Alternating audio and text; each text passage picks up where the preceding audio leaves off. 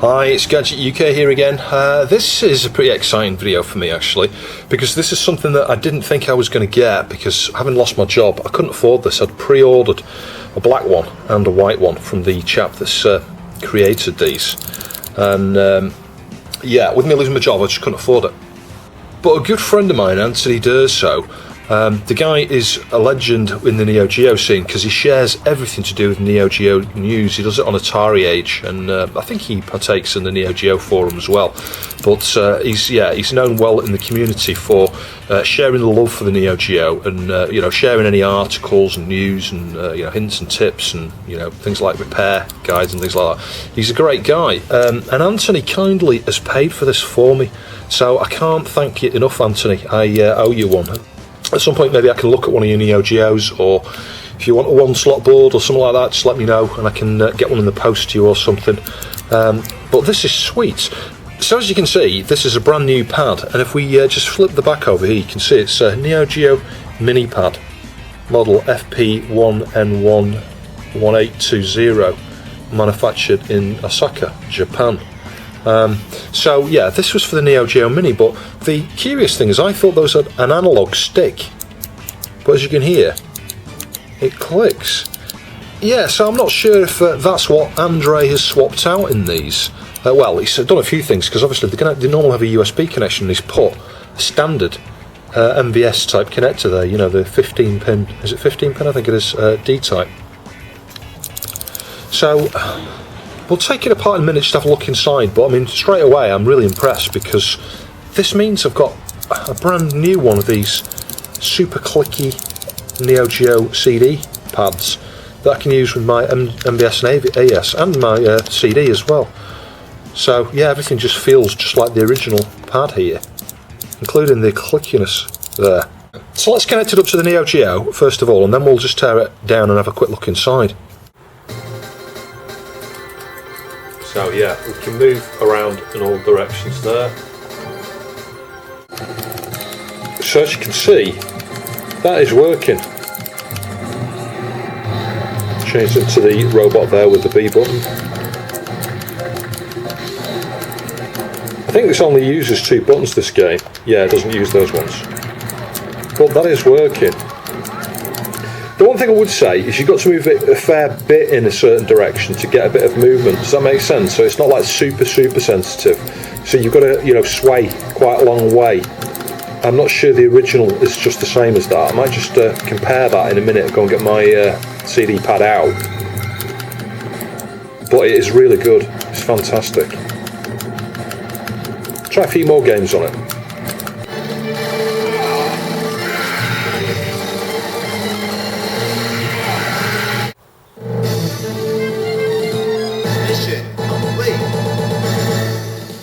Let's try a fighting game, I think. So this is Real Bout Fatal Fury Special. Let's give this a go. Just because it's one of the easier fighters, and well, I'm usually okay at this. Although it's a long time since I played it.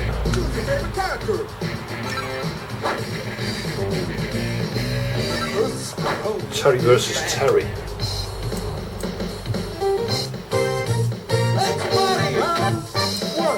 Now, it might take me a while to remember the moves. Well, you can see I can do that move straight away, no issues. And that one.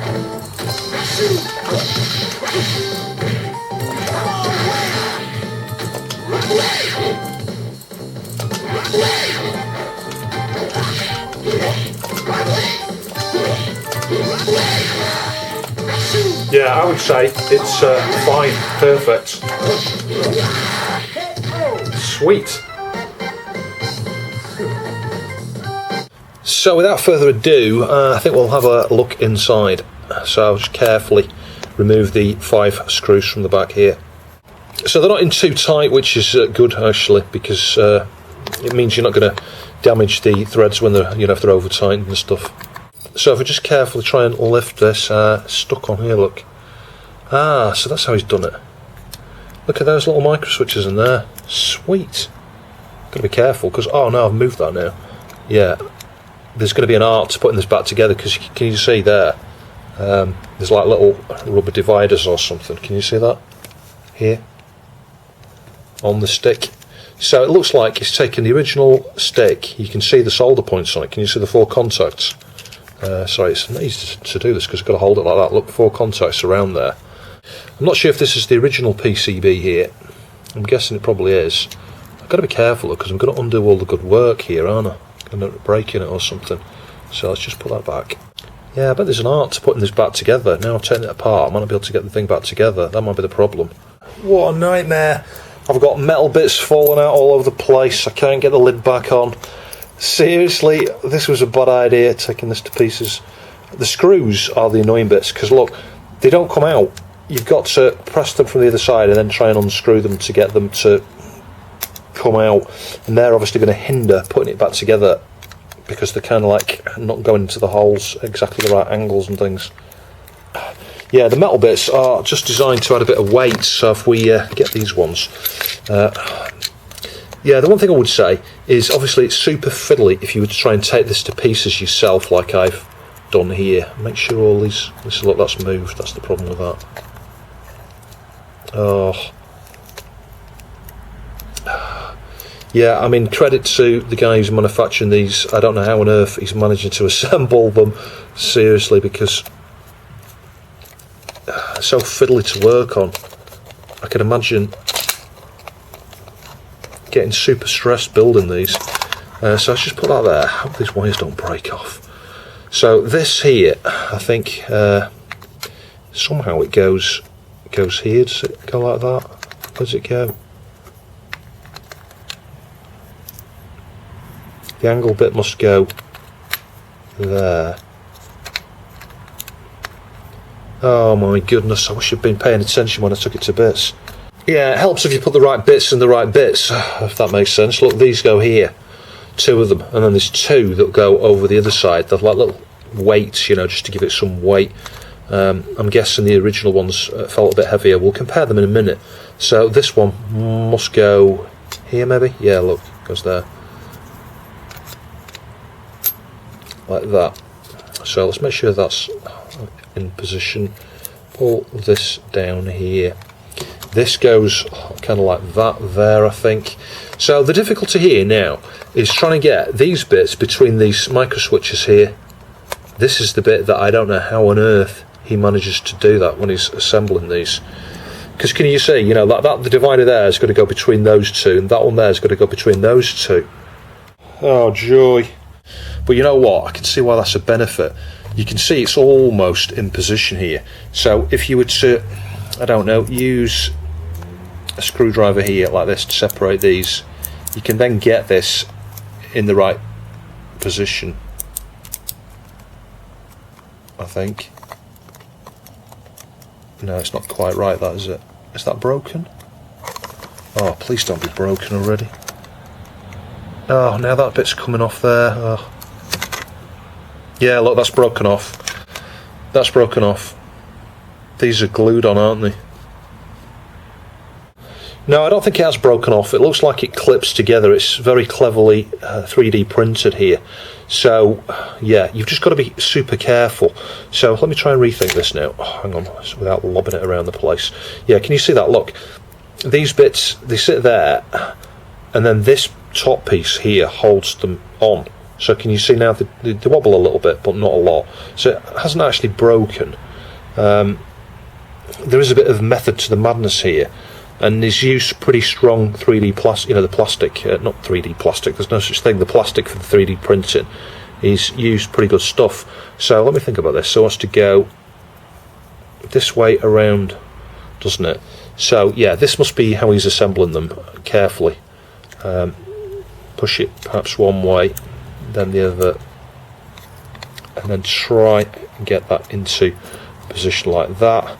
Let's try and hold it, just test it. You see, that way's not working. Why is that way not working?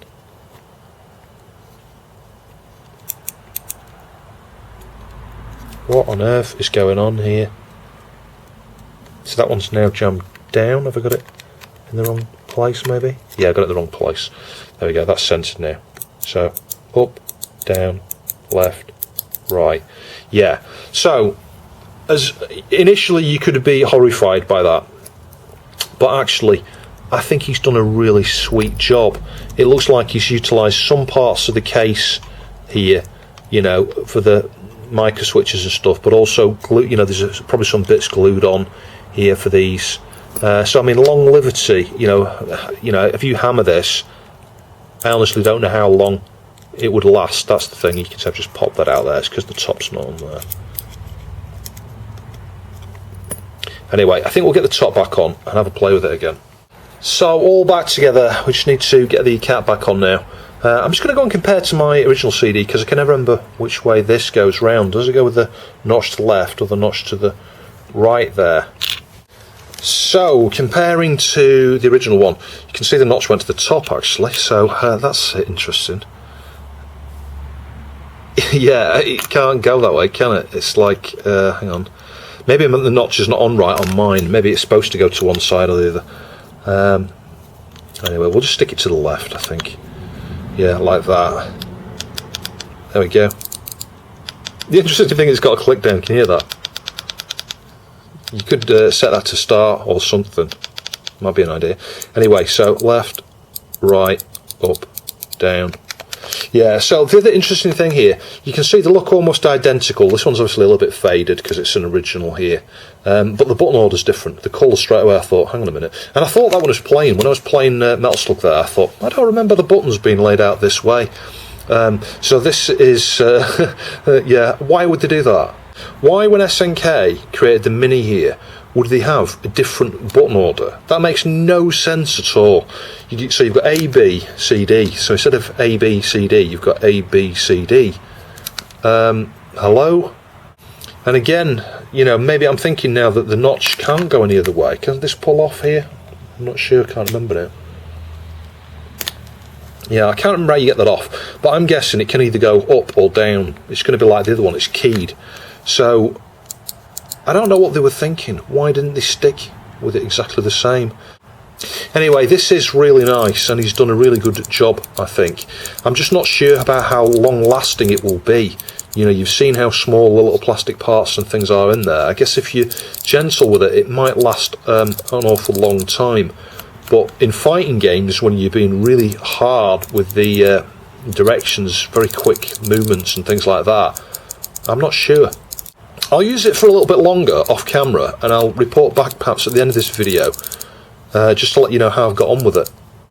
So just showing you how much travel you've got to do. This is the old pad here, you know, an original. Up and down, you hardly move it at all. But as you can hear with this one, there's no clicking. It's long since stopped making nice clicky sounds. Yeah, so I'm probably not going to explain this very well, but in a game like this where you want pretty tight movement like that, you've got to try and keep the pad as near to the centre as possible to get that quick movement. If you go to the outer edges, you have to swing it quite a long way, so you can end up going a long way around things to try and get where you need to be. Yeah, probably not describing that very well, but it's like the nearer you are to the centre, the less you seem to have to move. The further you are away, it feels like you're moving, you know, a longer arc there to get that turn.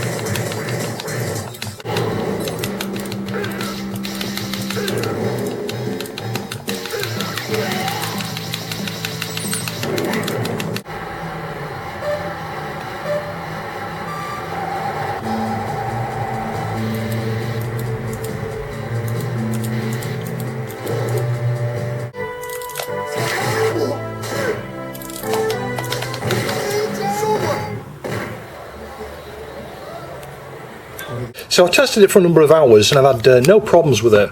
But you do have to move the stick a little bit further, I think, and there's more play after it's actually engaged. If you just listen to this original one, I appreciate it's super quiet. So you can see how much I had to move that one. Let's do the same with this one.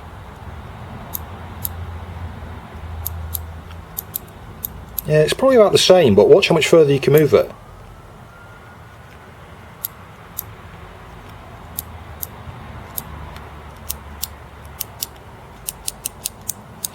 So there's not much of a difference, but there is in terms of once it engages, you can then move it quite a bit further. You know, there's a dead zone like that there. So I would suggest that makes it easier with some types of games. Like I found fighting games super easy to use on this stick, but I tried some shmups. I tried Polestar and one or two other things, and it just felt a bit difficult trying to get diagonals and things because there's so much travel on the outer edge. But you know what? It's still a really, really, really good pad. So I think he's done a fantastic job. I would suggest that it might take a bit of getting used to. That's all it is really. It's getting used to the fact that as soon as you click, you can kind of stop. So when you're playing shmups and things like that, you need better control of your thumb, keeping it in the middle of the thing. You know, if you got the outer edges there, you've got to move further to get the diagonals and things, if that makes sense. Whereas you've got, you know, a tighter response in the middle. It's hard to explain. It's hard to explain what I mean. The only thing I can't say, you know, either way here is the reliability of this. You know, you've seen that it's got super small micro switches there, and those super small 3D printed bits and stuff. I'm not sure how long life those are going to be. But the worst case, if it failed, I wouldn't be surprised if you could contact the chap that sells these, and he might send you the little bits you need to fix it. So I think it's brilliant. Fantastic. So again, I'd like to thank Anthony D'Urso for paying for this. It's fantastic. Catch you in the next video.